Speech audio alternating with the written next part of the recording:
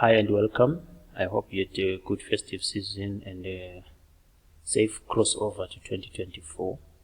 So this is the beginning of the revision series for IGCSE Extended Math. We begin with May-June 2020 paper 2.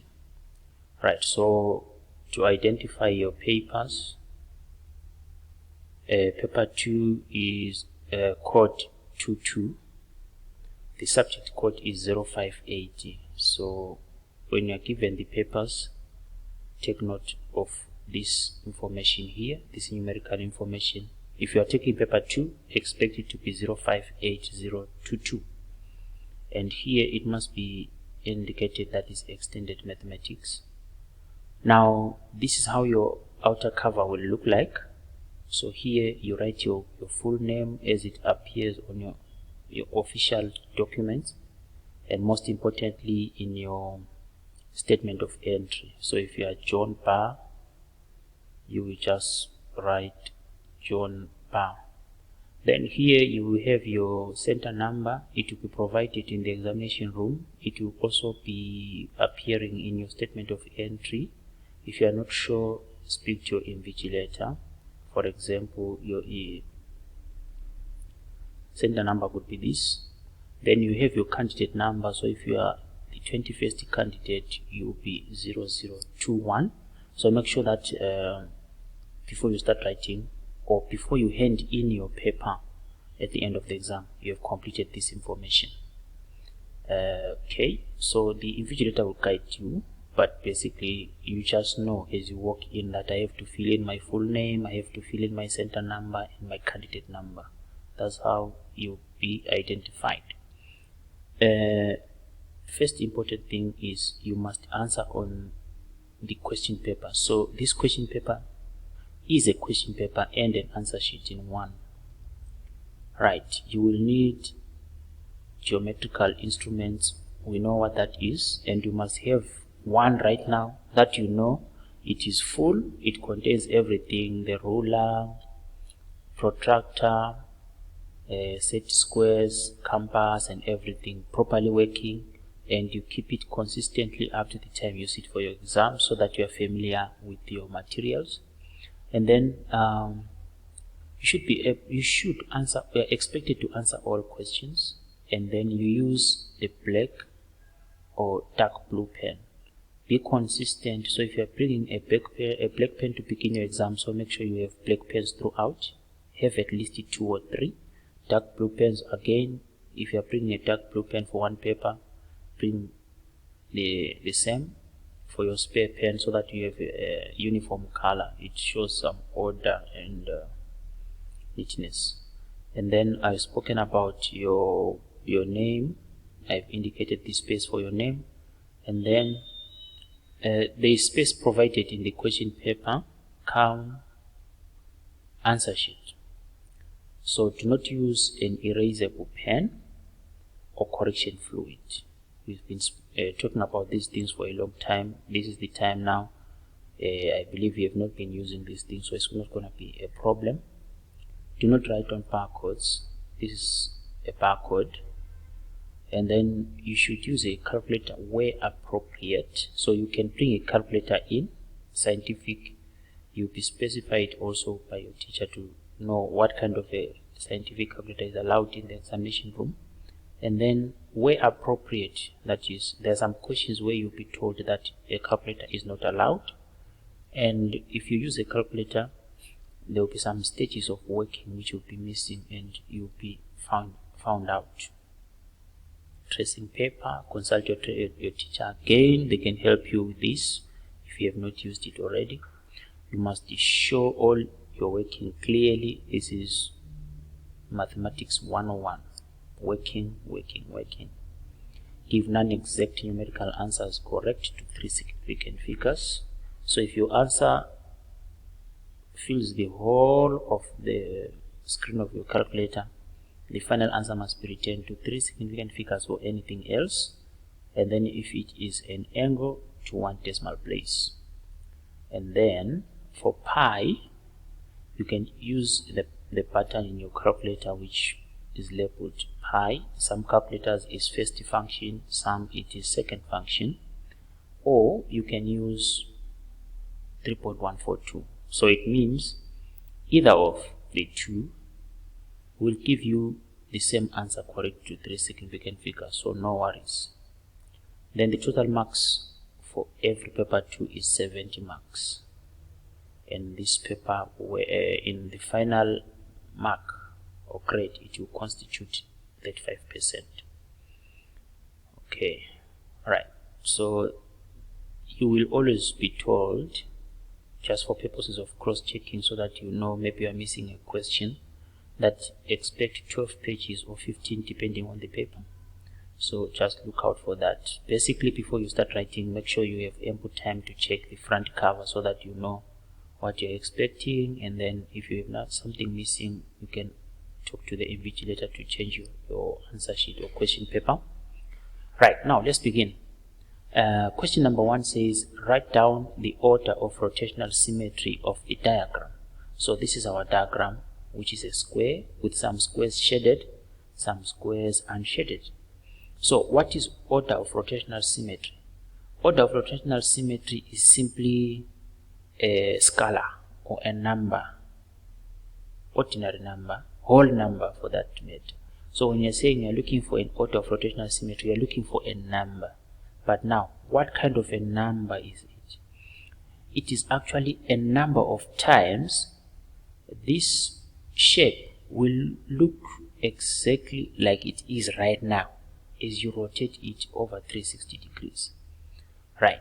So in other ways, you are simply asking yourself, as I turn this square around completely through 360 degrees, how many times does it take this exact position? Now we identify that this is a square, so if you just tilt it by 90 degrees, this L, after 90 degrees, this L will look like this, and then this L, this other side will look like this. So it will not look exactly like this, but a further 90 degrees we will have the same nature of things. We will have this L facing downwards, and then we will have this L, or by the L I'm talking about the L formed by the shaded squares on each end of the shape, just trying to give some perspective. So which means after a turn of 90 degrees I cannot count because my shape does not look exactly like it is, but after 2 counts, that is 90 degrees and then 180 degrees, it will look exactly like this. So that is order 1. And then I turn it again through 90 degrees, it will look like this, so it doesn't count. Then again I turn it back through another 90 degrees, so it will go through 90, 180, 270, and then back to 360. After 360 degrees it has made a complete revolution. In that case, now that shape has shown me 1, 2 positions in which it looks exactly like this. So the order of rotational symmetry of this diagram is what? Is 2. Just to recap, what is order of rotational symmetry? It is simply the number of times your shape will take the exact position and look as you turn it through 360 degrees. So basically, how many times will my shape look exactly like it is after I rotate it through 360 degrees? Right, that's it. Now, question number 2. At noon, the temperature in Maseru was 21 degrees. And then at midnight, the temperature has fallen by 26 degrees. So the situation we're having here is a temperature is falling from 21 to some figure by 26. Now, from 21, if it drops by 21 degrees, it will go to 0. So if it drops by 21 degrees, it will go to 0. So this is a 21 degree drop, it will go to 0. Then we still need 5 more degrees drop for it to be for it to drop by 26. So it means now from 0 drop by 5, it will come to -5. So the final temperature will be -5 degrees Celsius.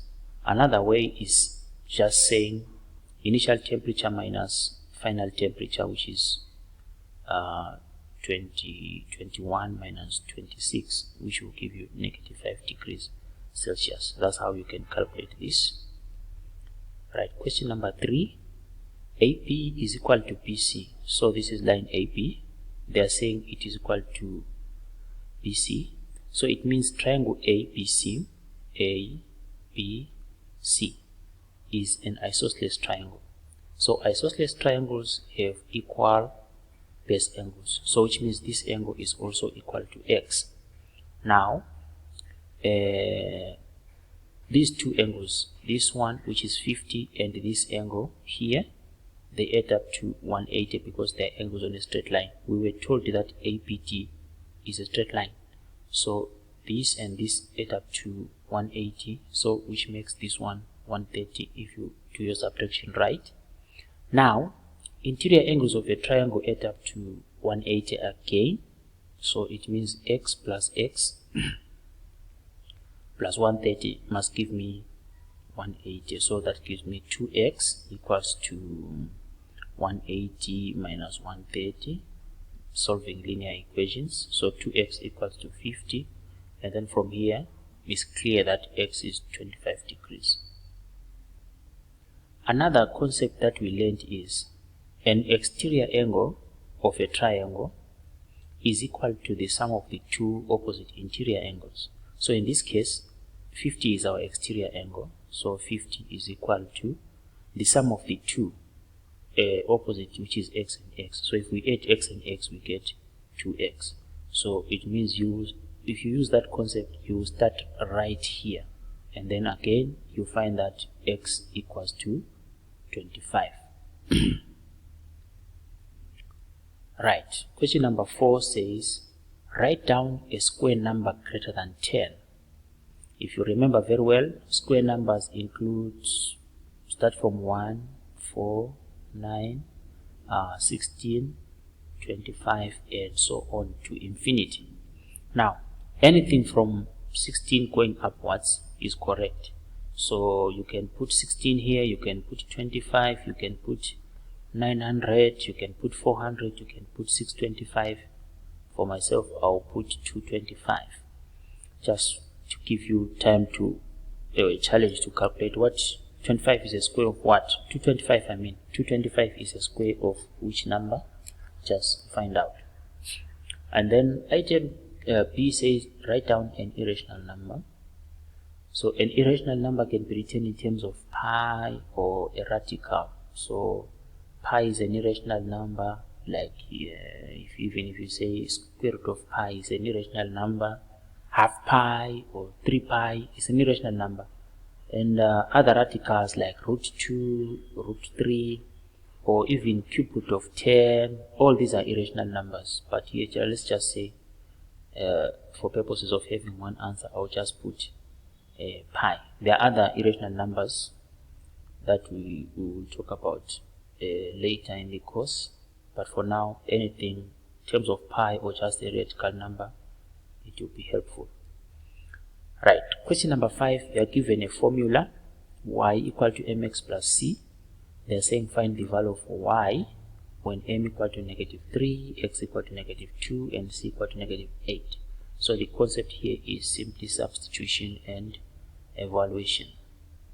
Substitution, simplification, and evaluation. So let's substitute. We will get this, and then plus minus 8. So these two, this is a product. I'm multiplying two negative numbers, so they will give me plus 6. And then here is an addition, so plus and minus give me minus, so this will be minus 8. And then this will give us -2. Our answer here will be -2. Be careful, sometimes if you jump to just punch in these things into a calculator without solving them. There are instances where the calculator will solve by the order in which you enter. So here you're just being tested to show that you know how to handle products of directed numbers and simplification of the same, at the same time applying BODMAS. So a calculator will not wait for you to enter everything and then it decides on BODMAS. Sometimes depending on the way you are entering the values, it will calculate and simplify successively as you enter, and then from there it might end up giving you an answer that you do not expect, but by believing that is a calculator you think is a correct one. So in some cases you have to bite the bullet and do the calculations straight from your head, and you should be comfortable with that. Now calculate the area of the trapezium.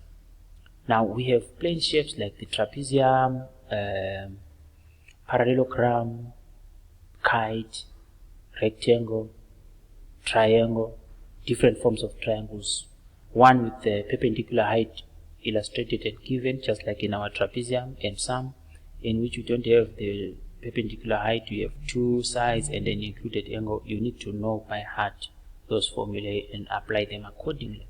So in this case, the area we want is A is equal to half A plus B. A and B happen to be parallel sides. Now, so this would be half 7 plus 11 times 5. So which would be half times 18 times 5. So that would be 9 times 5, which is 45 square centimeters.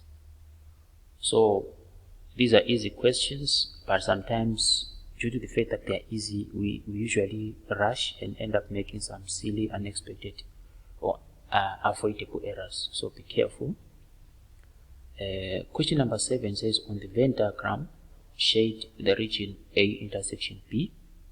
The region A intersection B simple means where A and B meet or coincide, or the region which is inside the oval of A and the oval of B. So this will be that.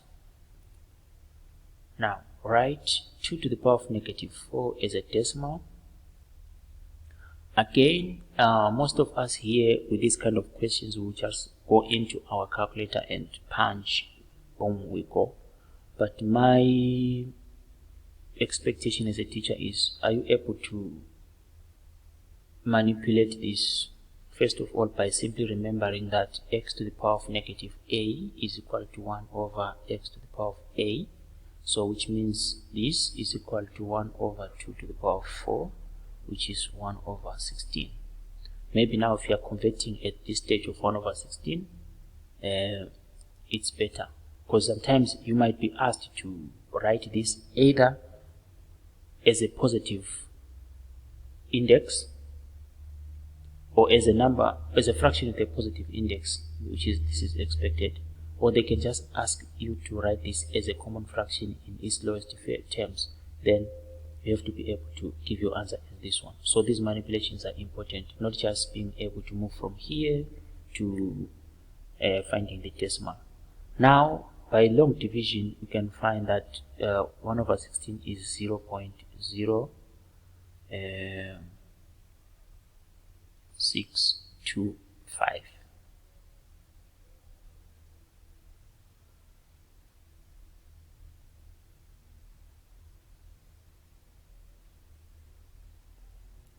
Okay, question number 5 says the bearing of B from A.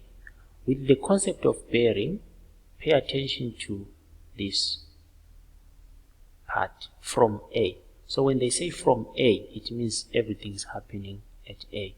Now the bearing is 105, so which means the bearing, the 3-figure bearing, that is, we measure it from the north in a clockwise sense up to the point we touch the line AP.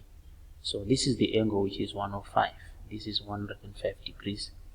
Now we are supposed to find the bearing of A from B. So when we say from B, we go to point B. Again, from the north of B, we must turn clockwise up to the point we touch the line AB. That's our bearing. Right, so this is the angle that we want, the one that I just marked. But if you remember very well the concept of parallel lines, as this is a transversal and these are parallel lines, this angle and this angle are called co-interior angles, and they are supplementary, which means they add up to 180 degrees. First of all, this shouldn't be rocket science, straightforward. This is a north-south line. This is a north-south line as well. This is a north-south line. So basically they are parallel. So that concept, which is concept of parallel lines, applies automatically. So which means this angle is a supplement of 105. Or if you add this angle to 105, you get 180. So that gives you this angle as 75 degrees. Now, if this angle is 75 degrees, then that angle plus this one must give you what? 360. So if you subtract 360 minus 75, you get your bearing of A from B. So that angle is 285 if you do your calculation right. 285 degrees. Right. Question number 10 says P over 2Q times that. Now, if the operation is multiplication, what you just need to do is go ahead and divide common factors, like Q will divide out Q. 2 into 2, 1, and 2 into 4 is 2. 20. So, at the end of the day,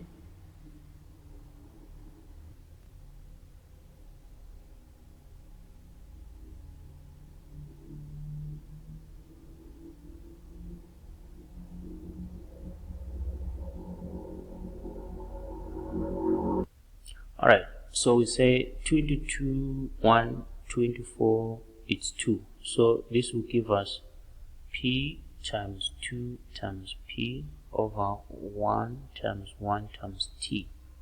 So this simplifies to 2P squared over T. So 2P squared over T, that's your final answer. Right, question number 11. Question number 11 says, without using a calculator. So this is an example of a question like I was telling you earlier, where you will be specifically told that a calculator should not be used. Your working will show that you did not use a calculator. There are some things that will appear. So the first thing that will be tested is to show that you can change 1 3/4 into an improper fraction. So your next line should look like 7 over 4 minus 11 over 12. Then the next stage, you should show that you know that when you're adding or subtracting, your denominators must be the same. So which means you must multiply here by 3 and here by 3 to keep the fraction balanced. So this becomes 21 over 12 minus 11 over 12. Which is equal to 21 minus 11 all over 12, which is 10 over 12. Now, remembering that you should show your answer to its simplest form, this should give you 5 over 6. This should give you, your final answer is 5 over 6.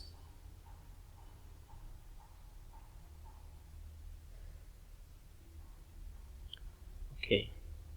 Alright, question number 12 says, Roberto buys a toy for $5. He then sells it for $4.60. Right, so obviously he makes a loss. What is the loss value? So the loss will be $4.60 minus what? Minus $5. But the fact that we have already said it is a loss, we have indicated that the money has gone down or is less than the money we bought for.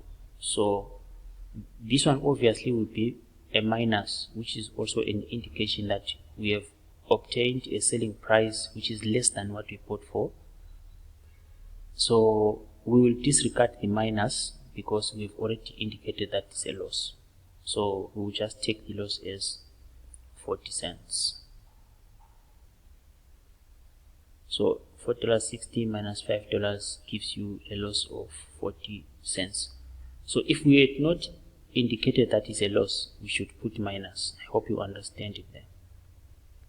Right, and then now to calculate the percentage, we'll be saying 40 over the buying price, which is $5. But since I'm saying 40 cents, I will also convert $5 into cents, which is 500 cents. And then I multiply that by 100%.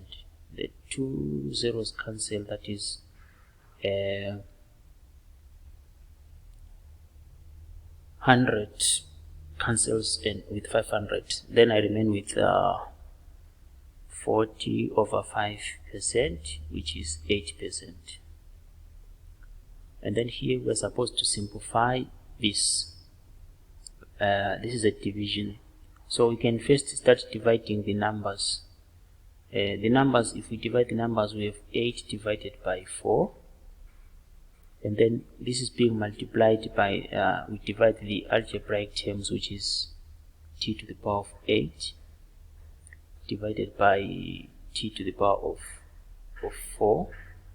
So this is 2 times, and then this is t to the power of 8 minus 4. When we apply the laws of indices, which say x to the power of a divided by x to the power of b is equal to x to the power of a minus b.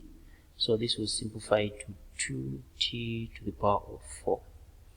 Now, if this is trouble for you, you can go the pedestrian way and have 8 times t to the power of 8, which is 8 times t, 8 times t, t, t, t, t, t, t, over 4 times t times t times t times t. Right, and then you begin to divide. So this and this will give you 2, and then t cancels t, t cancels t, t cancels t, and you are left with t to the power of 4. So that will be t, 2t to the power of 4. You can do it like that, but it will take longer, but you would have done it anyway. Right, question number 14 says solve this equation. So if I see these questions, I can approach them in 2 ways. The first one is I'll simply apply the algebra.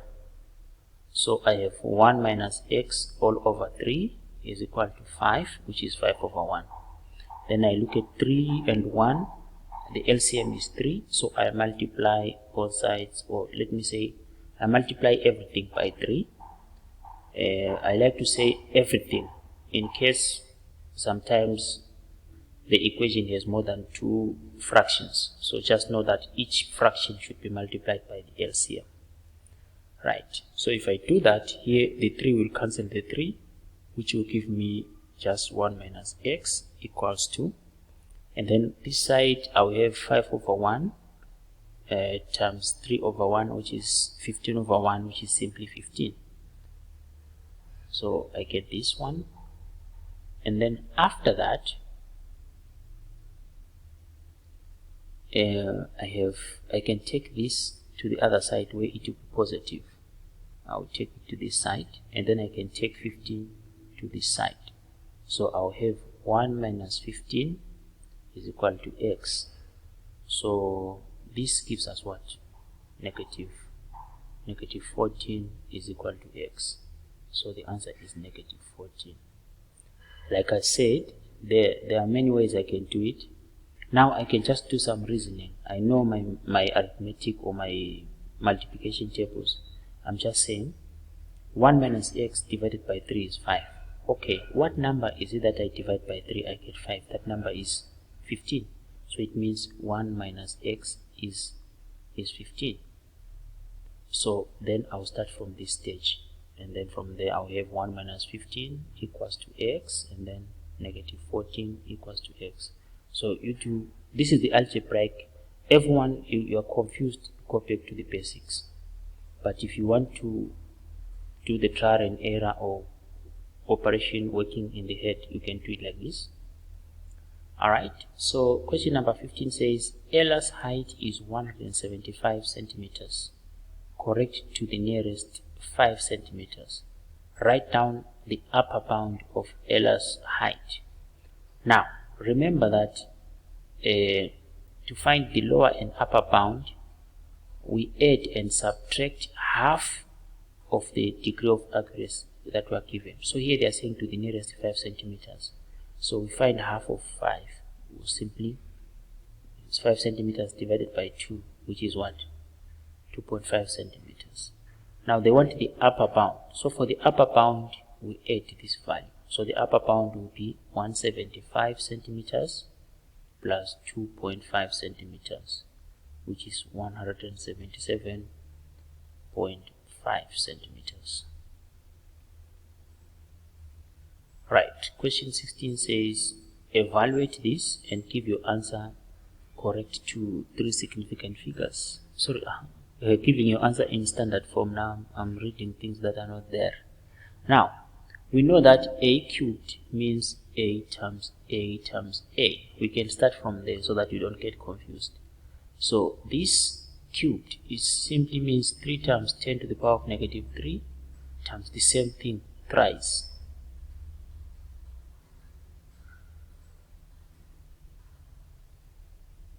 Okay, alright, so now this and this gives us 27. So this is the same as 27 times 10 to the power negative 3 times 10 to the power negative 3 times 10 to the power negative 3. Alright, and then after that, using the laws of indices, we are multiplying, so you add the indices. So this is the same as 27 times 10 to the power of negative 3 plus negative 3 plus negative 3, which simply means the plus, so it will be negative 3 plus negative 3 plus negative 3.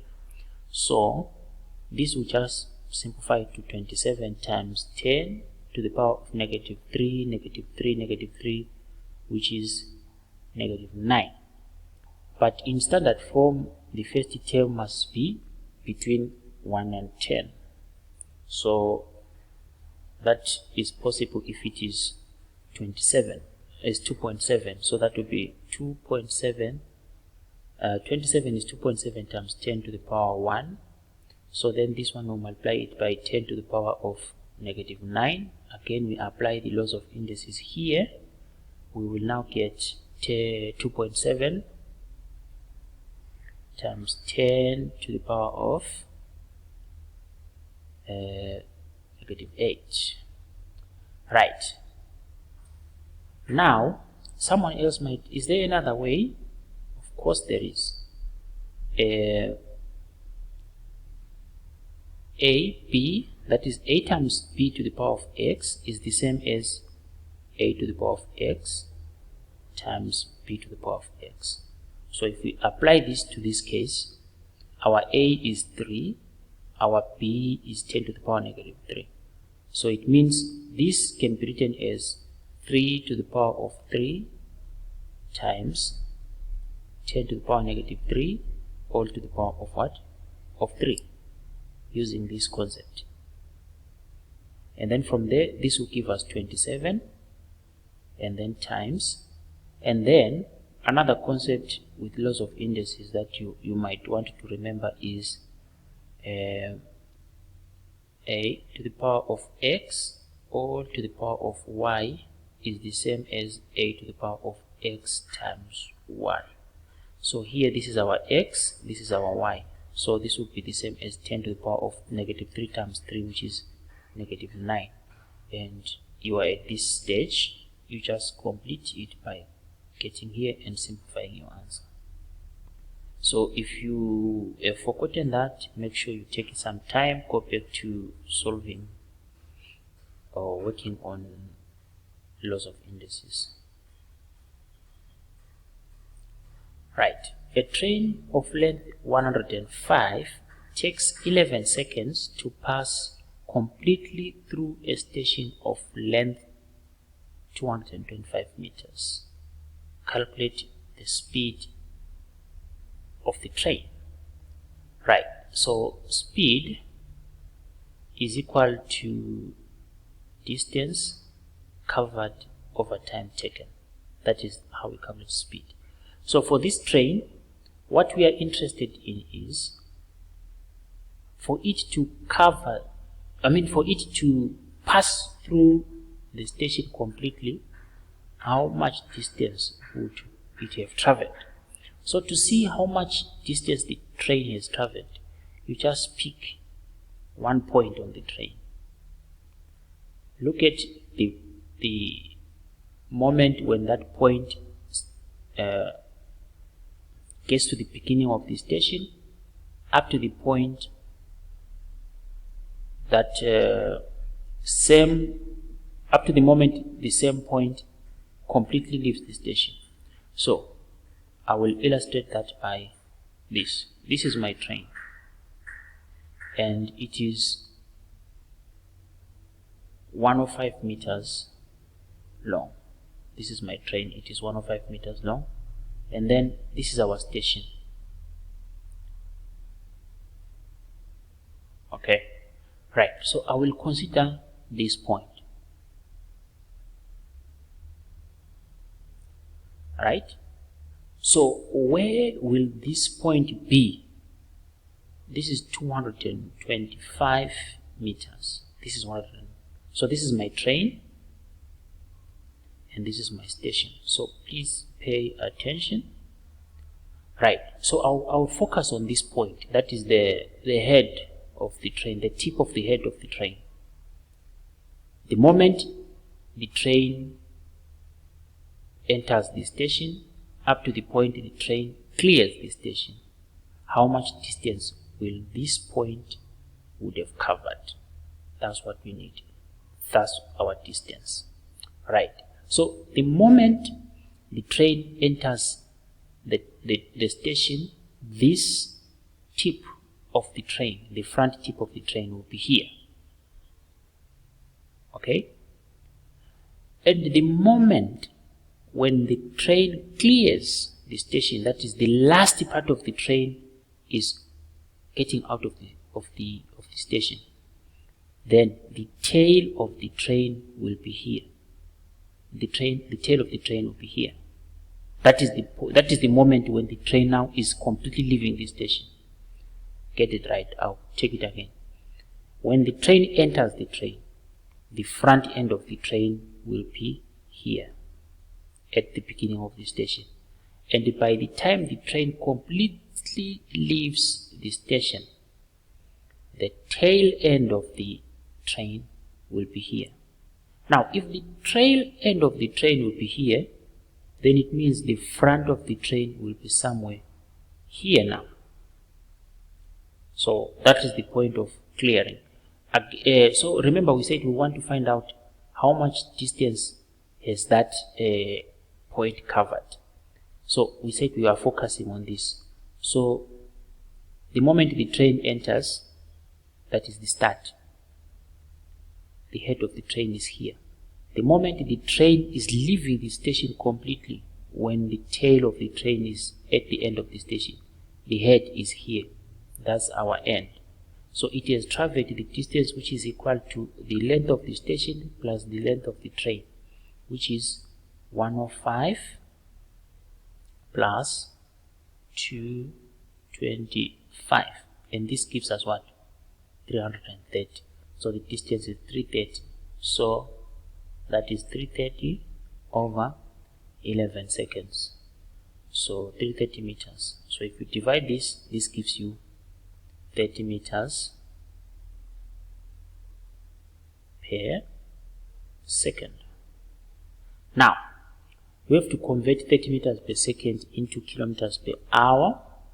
So 30 meters per second into kilometers per hour will give us, we have to multiply this by, we have to multiply 30 by 18 over 5, which is 6 times 18, which is 108 kilometers per hour.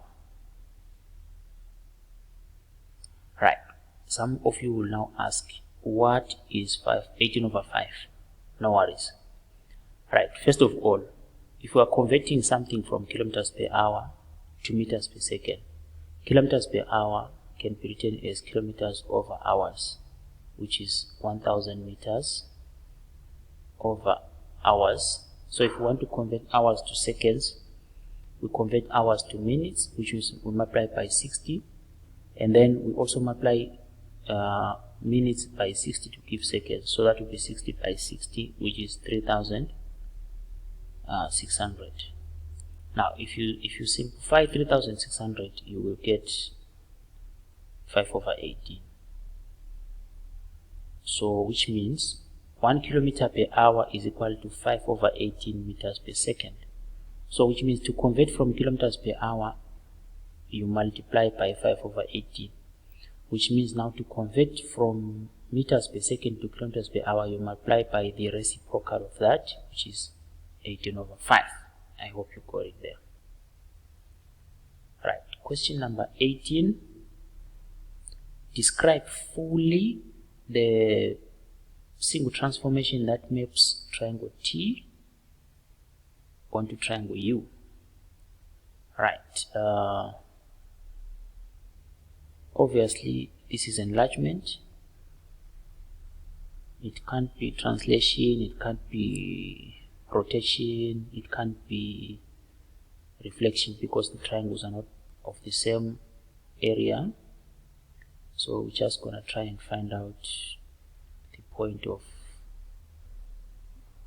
enlargement. So this is 6, 3, so which could be 1, 2. So 1, 2, 1, 2, 1, 2. So I'm using my mental ruler here. So that gives me my center as this one. So your answer, you just write enlargement, center 3, 4, and then vector. Now the shape, which is the original shape, which is T, and the image, which is U, they are on different sides of the center. So it means our vector is negative. And then from there we can just now calculate the distance and find the vector. Right. So vector is equal to length of image over length of original shape. So we can say by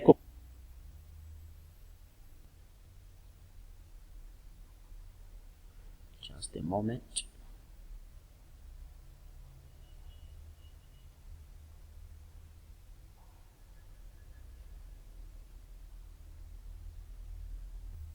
This point is the image of this point.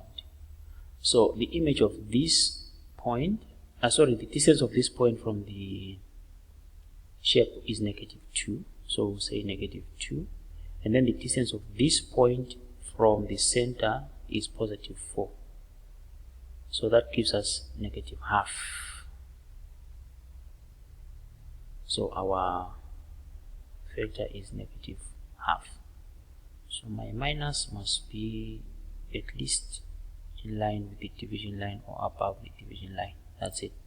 So your 3 marks is obtained by getting those 3 statements. So on the vector, please take note, after identify a point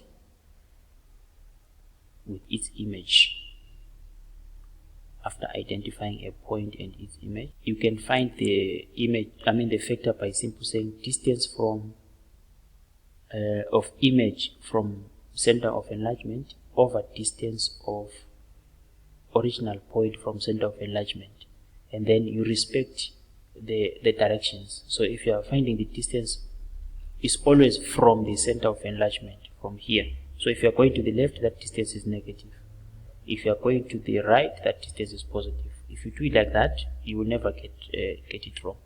But mere understanding that if the shape and its image are on different sides of the center, the vector is negative, that one also helps you and understand and recognize if your answer is not correct. Question number 19 asks us to find y as a subject of formula. We can actually rewrite this as x squared plus 2y squared is equal to h squared. We just swap the left hand side and the right hand side. And then from there we want to make y, so we will leave everything to do with y on the left hand side. So this will be 2y squared is equal to h squared minus x squared. And then after that we divide both sides by 2, so that we have y squared is equal to h squared minus x squared all over 2. So then finally we take the square roots of both sides, so that we have h squared minus x squared all over 2. So your answer here will be square root of h squared minus x squared all over 2. That's what we get. Right, question number 20. ABCD lie on the circle. So it means quadrilateral ABCD is a cyclic quad, and TA is a tangent to the circle at A. Angle ABC is 131 and angle ADB is 20. So what I usually like to do is I just work with my diagram, find all the angles I can find, and then go to the questions after that. Right, so I know that this angle is 20 degrees. Why am I getting that from? The angle between the tangent and the chord, my chord here is AB, is equal to the angle that is subtended by that chord. So chord AB subtends the angle of 20 degrees, and it forms this angle with the tangent. So it means that angle is also 20 degrees. So I've found something. And then opposite angles of a cyclic quad are supplementary, or they add up to 180. So I know that ABC is opposite to ADC. Right. So which means this angle and 131 must add up to 180. So if this is 131, then it means ADC must be 49, because 49 plus 131, that gives me 180. But already part of ADC is 20. So to make it 49, it means this angle is what? Is 29 degrees. So these are the angles that I have found so far. And then next thing is the angle at the center is twice the angle at the circumference. So this angle is twice this angle. Note that they both originate from AC. And my angle ADC is the angle at the center. My angle AOC is the angle at the ADC is angle at the circumference, AOC angle at the center. So it means angle AOC is equal to 2 times angle ADC. Now we have agreed that angle ADC is 49 degrees. So 49 times 2 is 98. So this is 98 degrees. Right. So we are making good progress. And then we can also find this angle, which is OAB. This one. How can we find it? We find it by simply saying the tangent, like this tangent OA meets, the radius OA meets the tangent AT at 90 degrees, always. But this is already 20 degrees, so it means OAT is 70 degrees. So OAT is 70 degrees.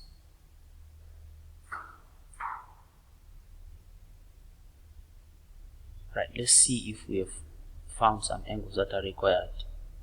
Angle ADC, we know that angle ADC is 49, we've found it. Angle ADC is 49 degrees. Angle AOC, we have found angle AOC, it is 98. Angle PAT, that was the first angle we stated, which is 20 degrees.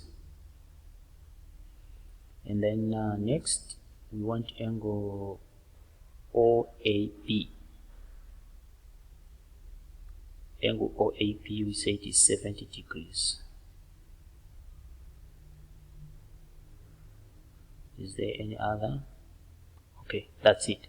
So you will notice that first I just invoked all the theorems that I know, and then I noticed everything where my theorems apply. I solved on the diagram before I looked at the questions, and then from there I'll just be transcribing from the diagram to my answer spot. Right, simplify this. So we have spoken about this before. So I told you that AB to the power of x is the same as A to the power of x times B to the power of x.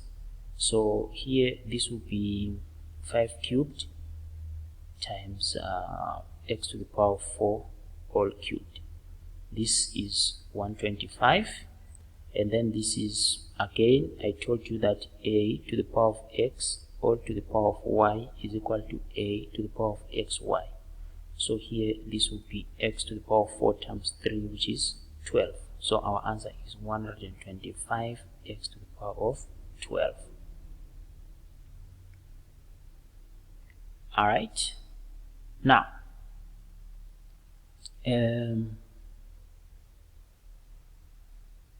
we can do the same here. This is 256 to the power of 3 over 8 times x to the power of 256 to the power of 3 over 8. Alright, and then I can evaluate this one. X to the power of a over b is the same as the bth root of x all to the power of a.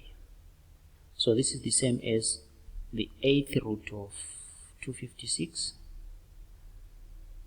all to the power of what? Of 3. And then here we apply this one, because 256 is a power and 3 over 8 is a power, so that will be x to the power of 256 multiplied by 3 over 8.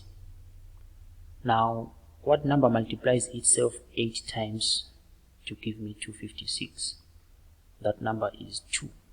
So this is simply 2 to the power of 3 times x to the power of, now 256 divided by 8 is 32.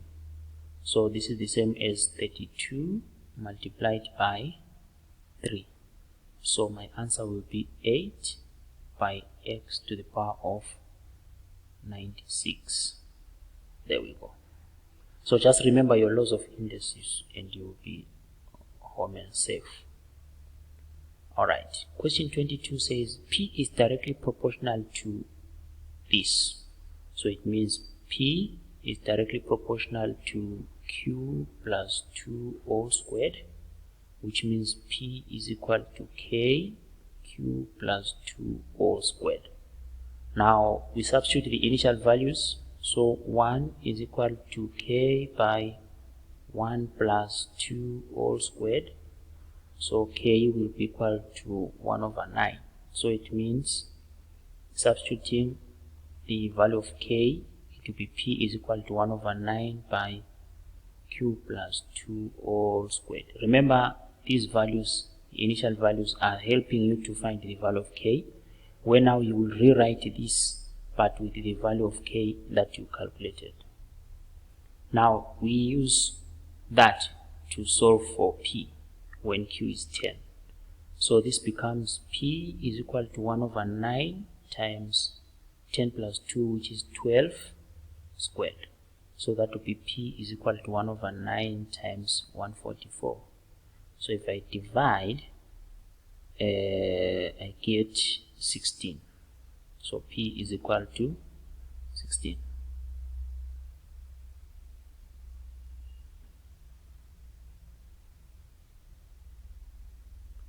Right. Question number 23 says, by drawing suitable lines and shading unwanted regions, find the region R where x is greater than 2. If x is greater than or equal to 2, this is the line x equal to 2. Pardon my straight lines because I'm using an invisible ruler. So x is greater than or equal to 2, so I have to shade this side. But you, of course, are going to be drawing this using a proper ruler, so your diagram must be neat. Then we have the line y equal to x, where it will pass through this one, then 4, 4, 4, 4, it will pass through here. So my line y equal to x will be something like this. And then y, the wanted region on this one is y is greater than x. So here x is greater than y, so y is greater than x is on this side, so this is the unwanted region. So your diagram must look like this, but of course you'll be drawing straight lines. And then when we come here, when x is 0, y is 8, so my line will pass through here, and when y is 0, x will be 4, so it will be something like this. And when x is 2, when y is 2, sorry, x is 3, so it will also pass through this one, just for purposes of. And when y is 6, x will be 1, so it will also pass through 2, 3, 4, 5, it will also pass through this one. I'm trying to just come up with some points that will guide me to come up with a more plausible line. Right, so it will look like this. And then if we do the proper shading, we must shade like this other side. So this is our R here.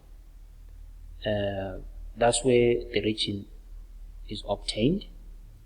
Now to find the largest value of x plus y, you must be able to evaluate it inside here. Due to my diagram, which is not so good, please allow me to leave this one. Then we come to question number 24. So question number 24 says, the diagram shows a sector of a circle of radius 8 centimeters. The length of the arc PQ is 6.4. Find the area of the sector. Right. So if you remember your sector operations very well, you realize that something important which is missing here is the angle. We don't have that. But we know that theta over 360 times 2 pi r must give us the arc length. In this case, that arc length is 6.4. So the first thing that you should be able to do is to come up with this equation. And we know that our radius is 8. So we can substitute 8 here, so that we have theta over 360 times 16r, so sometimes 16 pi is equal to 6.4. Now what I would try to do is I would try to make theta the subject of formula here, or I can just express theta over 360 in terms of everything else. So from here I can say theta over 360 is equal to 6.4 divided by 16 pi. That's what I can get. You will see why is this important. If you want, you can go on and solve this and you get your decimal for theta, but it doesn't help. Remember, the first stage from the equation of the arc length, it is helping us to find theta, because again, for us to find area, we need theta. But see how leaving theta over 360 here as this is helpful. Our area, we know that it will be theta over 360 multiplied by pi r squared. That's how we find our area. That's theta that we were looking for. But we already know that theta over 360 is 6.4 over 16 pi. So we can, in place of theta over 360, we can just put 6.4 over 16 pi. Then your calculation will be much easier. So you have 6.4 over 16 pi times pi times r squared, which is 64. 8 times 8, which is 64. You'll see how your mathematics unravels. Now pi is in the denominator and numerator, so pi will cancel out pi. And then the next thing is 16 can divide into 64. 16 into 64 is 4. So you notice that I just remain with 6.4 multiplied by 4. And this will give me 4 times 4, which is 6. Carry 1. And 24 plus 1, which is 25. So our answer is, the area of that sector is 25.6 square centimeters. With my experimental unorthodox method, hoping that I did not make any error here, but I trust the method. So sometimes you don't need to crack your head, because here someone will go further and say theta is equal to 6.4 over 16 pi and then multiplied by 360, and then they evaluate this to be a decimal, and then they are going to take this, take that decimal, divide by 360, multiply by this. It's going to give you an answer. You end up getting something maybe 25.6.5, maybe 5.8 or 5.9 something, or 25.61 something. That will round off to 25.6. But if you do like this, sometimes you're lucky, you get your work accepting, things cancel each other out neatly. You should be that confident with your mathematics. Okay, alright. Question number 25 says we have to simplify this. So we have a quadratic and a 4-term expression at the denominator. So we need to factorize both of them. So first of all, my a, which is 2, if I multiply it with my c, which is negative 15, I get negative 30.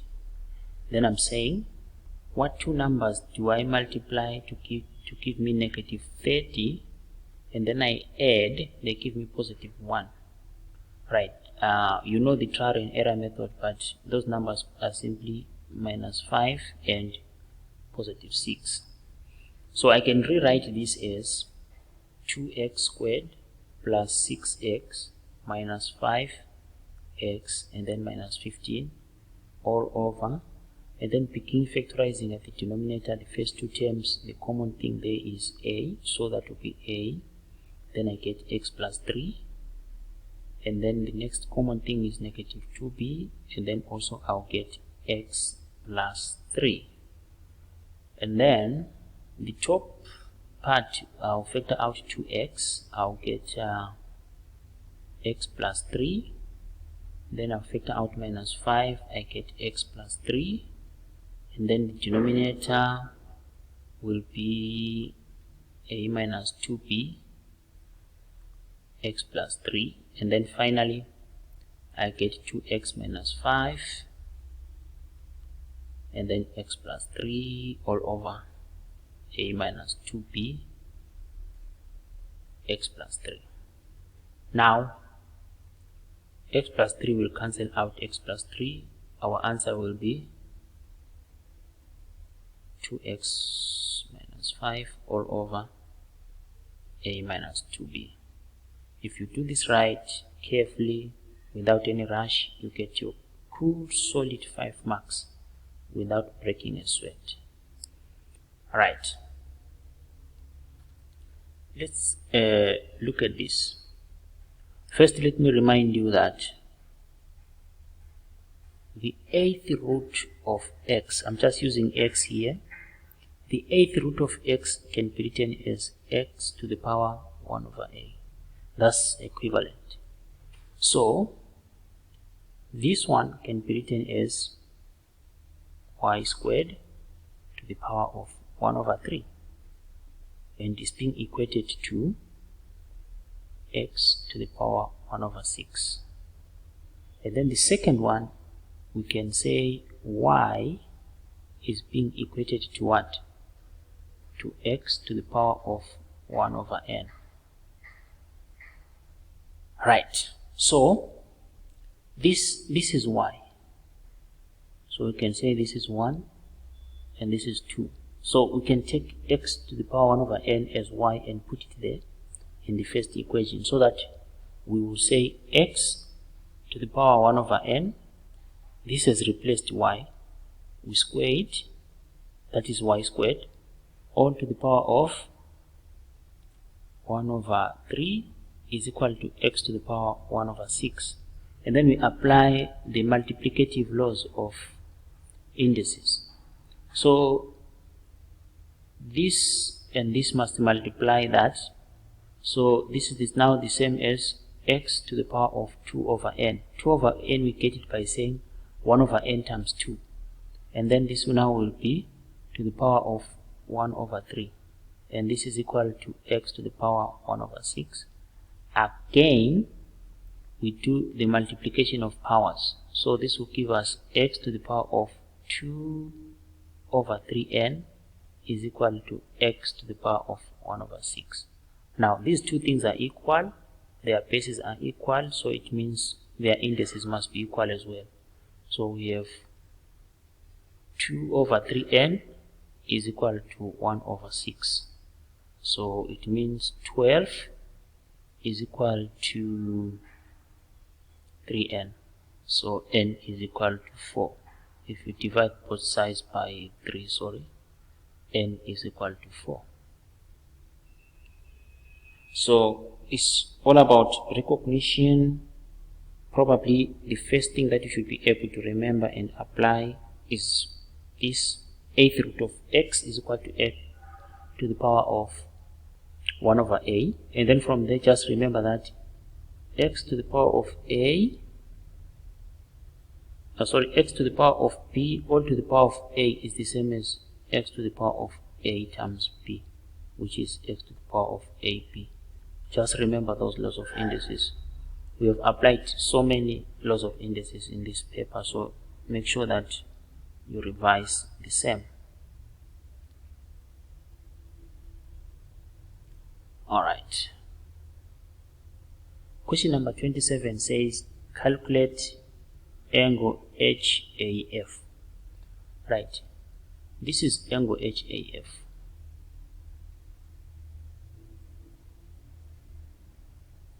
Right. Angle HAF is made up of 3 lines. HA, AF, and HF. What you just need to notice is a triangle HAF. We have triangle HAF like this. HAF. What you need is the length of HA, HF, and AF. Just notice that each of these lines, HA, HF, and AF, don't lie on the same plane.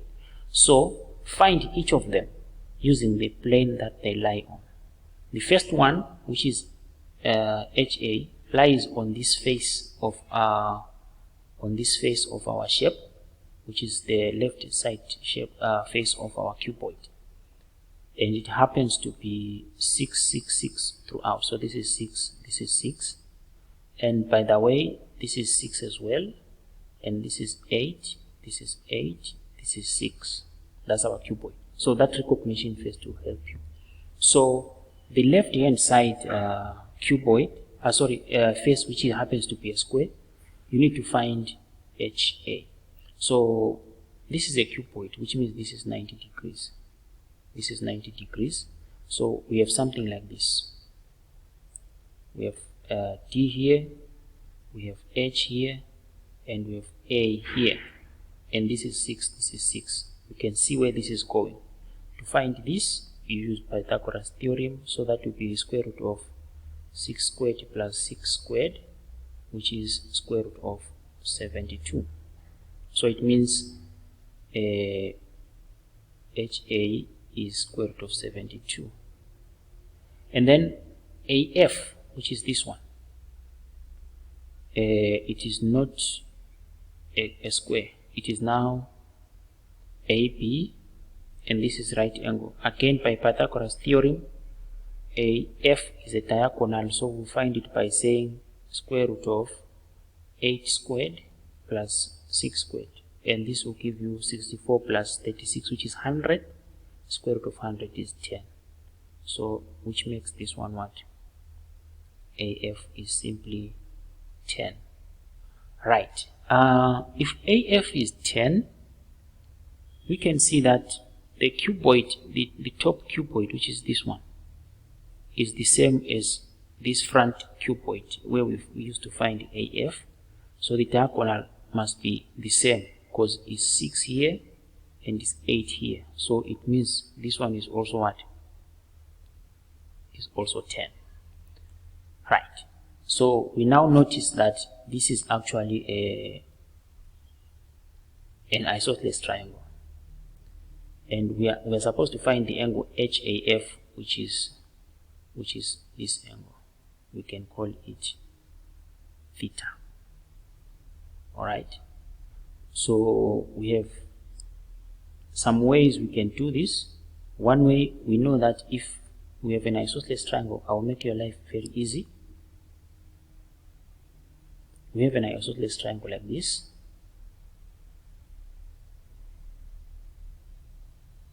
where this is 10, this is 10, and we want to find this angle. Let's say is theta.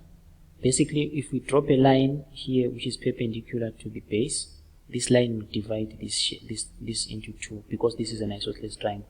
This angle is also theta. Right, we were told that this is root 72. Now root 72 can be written as square root of 36 times 2, which is square root of 36 times square root of 2, which is 6 root 2. So if we say this is equal to this, it means they are both half of 6 root 2. So what is half of 6 root 2? Is simply 6 root 2 divided by 2, which is 3 root 2. So here we have 3 root 2, and here we have 3 root 2.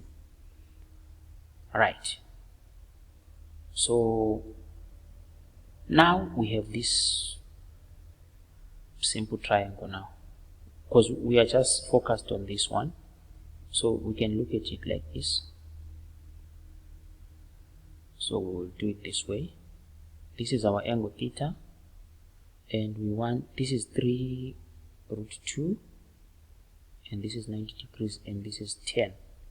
So this is adjacent to the angle. So when we have adjacent and hypotenuse, we use cos. So cos theta is equal to adjacent over hypotenuse, which is 3 root 2 over 10. So it means theta is equal to